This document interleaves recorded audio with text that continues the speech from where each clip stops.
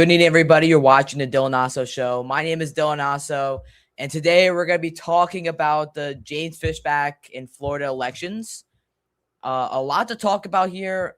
Finally, something that's not the Iran war. I might move you guys right there. Yeah, that's fine. Anyways, a lot to talk about in terms of this. I could probably go on for like 20, 30 minutes about this. So, yeah. Before we get into the show, please like, subscribe, share, do whatever you want to do. Please help the show out. Okay, I'm trying to get my name out there. So, yeah, feel free to do that. Please do it. It'll help the show a lot. So, yeah, let's get into it. I'm going to move over here. All right, so what happened in the election? So, James Fishback was running for governor. I think if you don't know that, you're living under a rock. I don't know how you're watching my show if you don't know that. And he was running against Jay Collins, Paul Renner, and Byron Donalds or Byron Donalds or Apex Secure, and so many names you can give him. And what happened was he lost by a lot. And he got like 10% of the vote, 125,000 votes. And Jay Collins got 25%. Paul Renner got 7.3, I think it was. And Byron Donalds got like over 50% of the vote. And it is sad watching that. I mean, I was on the campaign a little bit. I did a little bit of phone banking.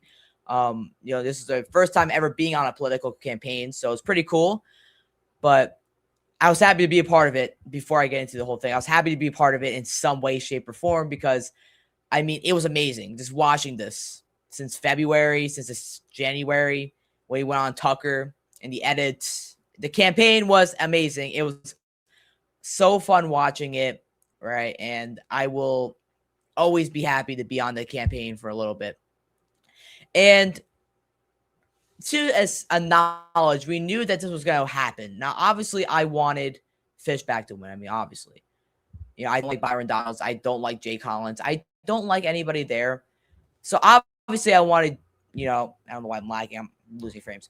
Anyways, I wanted James Fishback to win, but we all knew it was an uphill battle because he was getting outspended like 200 to 1. He had all Byron Donalds had all the endorsements from JD Vance, Donald Trump, and James Fishback was a nobody before this. He was just a guy that went on Jubilee. He had a tech business, and so he wasn't a name in any way compared to Byron Donalds. He was a huge name in Florida for all of his career, pretty much. He's a House member, so he had a name there. It was a uphill battle for Byron Donalds. That's a fact. An uphill battle for James Fishback. That just made sense, right? But first thing I want to get into is he still accomplished a lot. Going from what he started with was like not even 1% of the votes to 10% was something. Second of all, he showed the blueprint on what to do from now on. Now, did he make mistakes? Sure. Like maybe he should have had a better ground game. Maybe he should have had more door knocking. Whatever, right? He didn't have the money to win. And so he showed the blueprint of how to win an election. Be tech savvy, media literate, get the youth, right? And stuff like that. He showed the blueprint for America First to prosper in terms of politics. And even though he lost, he showed it was huge for him to do this, right?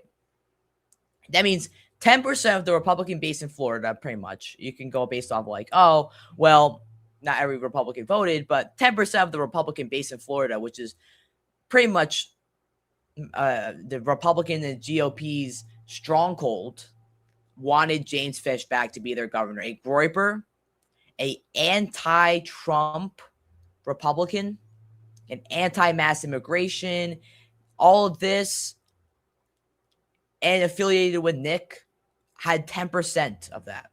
So that's a good sign. And also, again, I think there was a couple of colleges where the youth completely switched their vote for James Fishback. It went from 80-20 Byron before James Fishback was announced, or when James Fishback announced he was running, to 80-20 Fishback. Complete switch. It wasn't like, oh, barely an 80-20 switch. That is, I mean, that's, to me, that's amazing. Right? So a lot of accomplishments from James Fishback's side compared to Dan Kazarian. Awful. Drew Kazarian? I don't know if the nickname when you add his name. Whatever. Better than whatever he did. But yeah. And it just shows the underlying conflict that we have. Right? So we see a lot of these MAGA creators on X, right? I saw it after he lost the election. They're all like, MAGA's not dead. MAGA's not dead. MAGA's still alive. He won. Okay. I want you to just think about this, right? Hypothetically, if James Fishback ran against Byron Donalds, they have the same amount of money, right? Same amount of like levels of endorsements, or just say they both don't have any endorsements, right? Who do you think would perform better? Well, James Fishback would have won. He ran a better campaign, right? And I think even because like the things about these MAGA boomers, they won't vote for you unless you have Trump's endorsement. That's just a fact. If you don't have Trump's endorsement, so just say we remove Trump's endorsement, I think it's a much closer race. Maybe Byron still wins, but I think Fishback gets more than 10%. So it doesn't prove that MAGA's not dead. MAGA is still dead, right? First of all, it's the biggest Republican stronghold by far. And also, if we look at like Trump's approval ratings, I mean, it's 33%. 33%. MAGA's dead. MAGA's been dead. It was breathing. It was living on a prayer in January. And now it's dead after the Iran war. I mean, it literally stands for nothing. Anyways, if we keep going, we keep talking about it, right? So it was uphill battle. James performed pretty good, 10%, whatever. It just, again, so it shows the conflict that we have between MAGA and the anti-Trump Republicans. Now, I think Trump is still 75% approval rate amongst Republicans, but that's mainly like older people, right? I think around like the majority of the voters are older white people. It's like Gen X, millennials. Those are the guys that support. I don't know about millennials, but I know Gen X overwhelmingly supports Trump. And then you see the youth. The youth wanted James Fishback.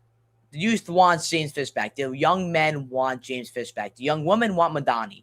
But the young men want James Fishback. They want a guy who's anti-Trump and anti-mass immigration, anti-H-1Bs, an America First nationalist. That's what they want. They don't want whatever we've gotten lately. And so it shows the conflict. And I feel like it's been like this. I'm going to go into like a spiral on this a little bit because, I was reading, again, Death to the West. I'm going to pull it up right here, right? So I was reading this, right? It made me want to talk about this, right? And if I can find the right chapter, hold up. Now here are the annotations, right? So here it's talking about Reagan and Nixon's coalition, right? And what was special about this coalition is that what they did was they targeted like Southern white Protestants and Northern white Catholics to get their election wins. And pretty much what they would do is they'll run on that. And that's what they targeted. They didn't really target the minorities at all.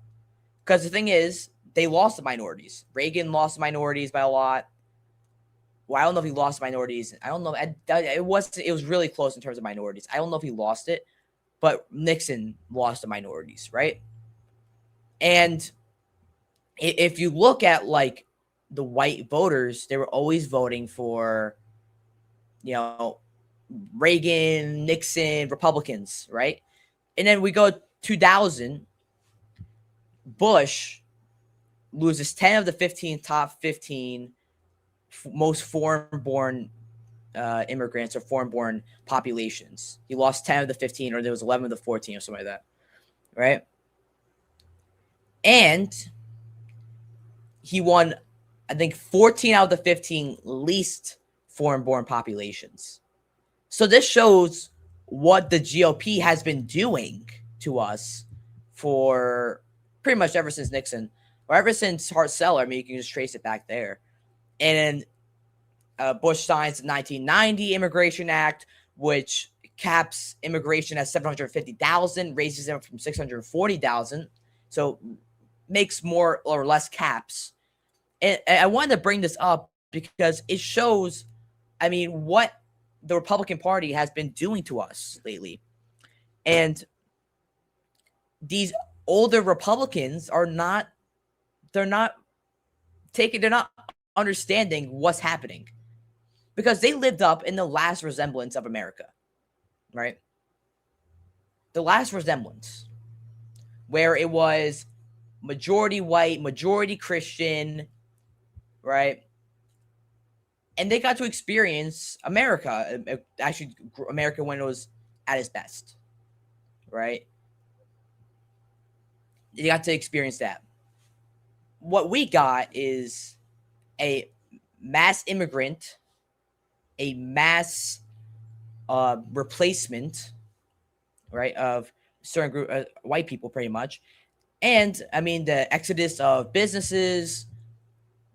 This is the America that we've inherited. So the thing is, the older populations are not understanding that, well, you know, Byron Donalds is just pretty much just that, right? He's pro H-1B, he's pro mass immigration, pretty much. He's pro no abortion ban. He wants to still keep it at 5 weeks, even though he said he loves all life. Something.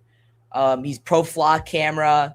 He's pro data center, and they understand these older voters are still voting for him because they don't understand how much of a mess the GOP has caused the Republicans, or not the Republicans, our generation.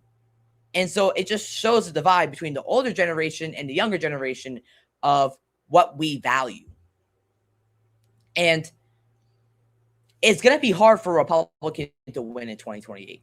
So this is just underlying of what's going to happen, okay? A Republican is probably not going to win in 2028 because, I mean, I actually agree with this. The youth shouldn't vote for non-America First candidates. If it's going to be J.D. Vance, you shouldn't vote for Vance. You shouldn't vote for Rubio. You shouldn't vote for anyone that's against America Firstism, all right, or nationalism. You shouldn't vote for anyone. I don't care if it's AOC. You hold your vote. And we have to do what Trump did in 2016, where the independents, he was going to actually run as an independent if he lost our primary.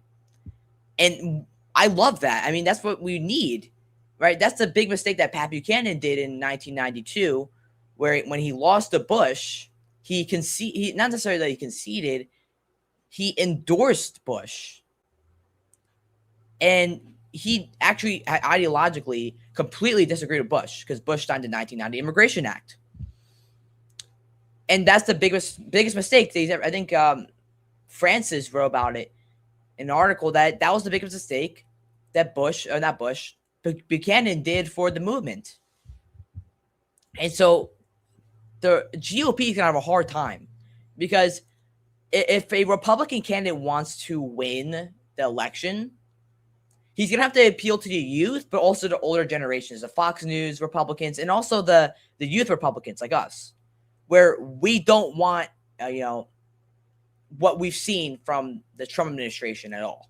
We want the complete opposite of it. We want better implementation of the tariffs, mass deportations, cut all foreign spending, right? No interventionist foreign policy. Pretty much what 2016 MAGA was. Because a funny thing that I posted on my TikTok story was this. A 2016 MAGA candidate lost to MAGA. A 2016 MAGA candidate lost to MAGA. That's actually hilarious. But besides the point.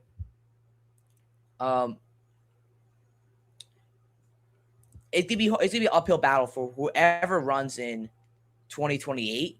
Republicans have to appeal to both. So he's going to have the MAGA base because the MAGA base is still pretty large in terms of Republicans, right? So you have to appeal to them, but you're also going to have to appeal to the youth that don't like Trump, who think Trump is a complete mistake. So I don't know how Republicans are going to do it, all right?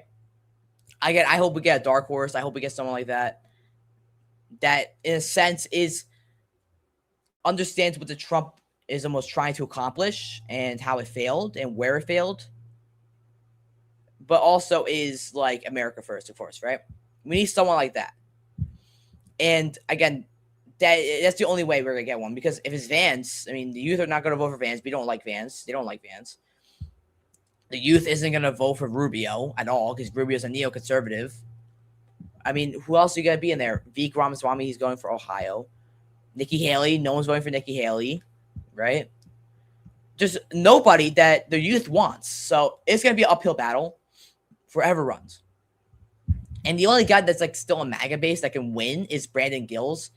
And like, I mean, he's fine, but it's gonna be an uphill battle. But yeah, anyways, I'm gonna finish off with this video with this, is that James Fishback, uphill battle against all odds, he wasn't gonna win, right? He didn't have the mass amounts like the DSA does. Like, I understand he tried doing what Mandani did, but Mandani has a bigger base because the DSA is located in New York City. So it was gonna be an uphill battle. And also, our movement isn't as organized yet. We're still in the like, I don't know what the right word to put for this, but we're still growing right now, right? Even though our movement is pretty big in terms of like youth men, in terms of elections, we're not organized yet. The DSA has been doing this for decades, since 1980s, pretty much. I mean, growing. So I can understand what he was trying to do. It was an uphill battle, right? And I won't be surprised if maybe if you ran for Congress against Randy Fine, he probably will have won, right? Because again, his work ethic. This guy was doing 16 campaigns in a day, and then plus phone banking, emailing. He was working harder than any other candidate, right? He had 3 days off the entire campaign to go on a honeymoon into Disney. So the guy worked harder than anybody else there, right? He got snubbed out of the debate with Byron Donalds because Byron Donalds he's something, right? He's like, oh yeah, I can't debate you because you don't have $1 million raised and you don't have over 10% in polls, right? Consistently. And then he didn't show up for the PBD debate. Then Jay Collins tried snubbing him off. It was an uphill battle. Listen, uphill battle. But what he did with what he had was really impressive. And even though we're going to hear it all week from these, people that are still in MAGA, it's a dead thing. We're eventually going to take over. It's just, it's inevitable, right? So anyways, thank you guys for watching. I can go on for a little bit longer on the immigration part. I didn't want to, but yeah, thank you guys for watching. God bless every single one with you guys. I should be having, again, the guy had to go out yesterday. I'm hoping he does it today. He agreed to today with the Iran war debate. So let's see what happens there. Be tuned for that. And yeah, God bless.